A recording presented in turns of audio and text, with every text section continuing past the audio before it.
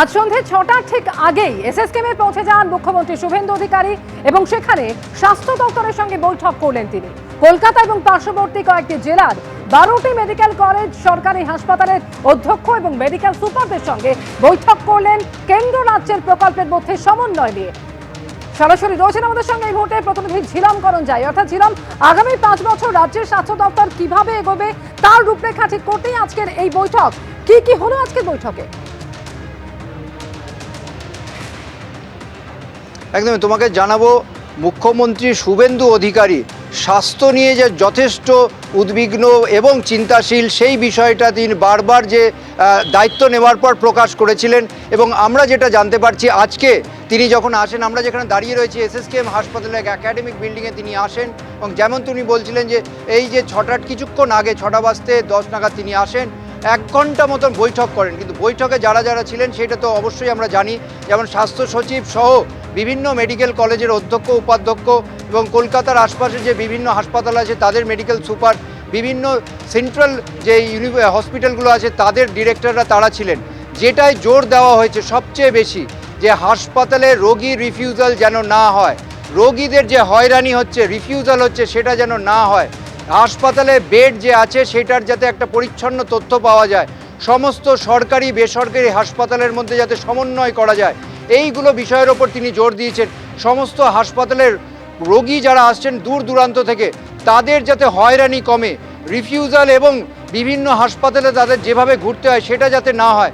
একটি অ্যাপ তৈরি করার কথা বলা হচ্ছে, যার মাধ্যম দিয়ে বিভিন্ন হাসপাতালের যে তথ্য, বেড এবং কোন ডাক্তার কখন আছেন, কি পরিষেবা পাওয়া যাচ্ছে, সেই পরিস্থিতি যাতে রিয়েল টাইম পাওয়া যায় এবং রোগীরা যাতে সেটা ব্যবহার করতে পারেন, সেই বিষয়টা নিয়ে আলোচনা হয়েছে। অ্যাম্বুলেন্সের যে অপ্রতুলতা, অ্যাম্বুলেন্স যাতে পাওয়া যায়, এই যে রোগী পরিষেবা, মূলত এটাই একটি বিষয় এবং এছাড়া আরও অনেক বিষয়ে আলোচনা হয়েছে। তবে এটাই মুখ্য বিষয় ছিল বলে যেটা হাসপাতাল সূত্রে এবং স্বাস্থ্য দপ্তর সূত্রে জানা যাচ্ছে।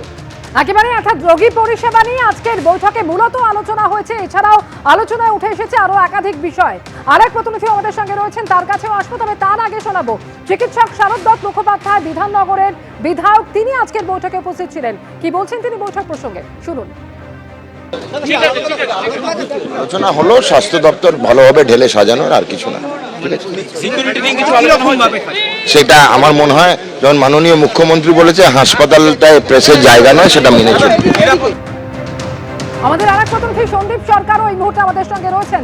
অর্থাৎ সন্দীপ, রোগী পরিষেবা সেটা ছিল অন্যতম বিষয়, এছাড়া আর কি বিষয় নিয়ে আলোচনা হলো আজকের বৈঠকে? দেখো, বেড বাড়ানো এটা যেরকম একটা গুরুত্বপূর্ণ বিষয় আলোচনা করা হয়েছে। শুধু এসএসকেএম হাসপাতাল নয়, রাজ্যের অন্যান্য সরকারি হাসপাতালেও বেডের সংখ্যা বাড়ানো হবে, সে ব্যাপারে প্রয়োজনীয় নির্দেশ দেওয়া হয়েছে আধিকারিকদের, অফিসারদের। তার পাশাপাশি হাসপাতালের চিকিৎসা পরিষেবা নিয়ে যাতে অভিযোগ না আসে, জিরো টলারেন্স নীতি, দালাল চক্র রুখতে হাসপাতালে বেড পেতে গেলে যাতে কোনোভাবে দালালদের খপ্পরে পড়তে না হয়, এ বিষয়টা দেখতে নিশ্চিত করা হচ্ছে। এবং কলকাতার পুলিশ কমিশনার অজয় নন্দ, তাকেও এ বিষয়ে প্রয়োজনীয় নির্দেশ দেওয়া হয়েছে। স্বাস্থ্য দফতরের আধিকারিকদের নির্দেশ দেওয়া হয়েছে মুখ্যমন্ত্রীর তরফে সরাসরি। এর পাশাপাশি একটা অ্যাপ নির্ভর অ্যাম্বুলেন্স পরিষেবা, সেই বিষয়ে সিদ্ধান্ত নেওয়া হয়েছে, যদিও এটা একটু সময় সাপেক্ষ। তাই আপাতত যাতে কোনোভাবে অ্যাম্বুলেন্স পেতে, বেড পেতে রোগীদের সমস্যা না হয়, হাসপাতালে এসে যাতে হয়রানি না হয়, পরিষেবার ক্ষেত্রে যাতে কোনো ফাঁকফোকর না থাকে, সেটা সবটা দেখতে বলা হয়েছে। মূলত কলকাতার হাসপাতালের আধিকারিকদের নিয়েই আজকে তারা বসেছিলেন, স্বাস্থ্য দপ্তরের আধিকারিকরা ছিলেন, স্বাস্থ্য দপ্তরের বিভিন্ন গুরুত্বপূর্ণ দায়িত্বে যে সমস্ত আইএএস অফিসাররা রয়েছেন তারা ছিলেন আজকের এই বৈঠকে, এবং হাসপাতাল প্রশাসনের আধিকারিকরা ছিলেন, অর্থাৎ অধ্যক্ষ এবং মেডিকেল সুপার লেভেলের অফিসাররা। তাদের প্রত্যেককে প্রয়োজনীয় নির্দেশ দেওয়া হয়েছে মুখ্যমন্ত্রীর তরফে, সেরকমটাই কিন্তু আমরা জানতে পারছি। ধন্যবাদ সন্দীপ তোমাকে। এবিপি আনন্দ, এগিয়ে থাকে, এগিয়ে রাখে।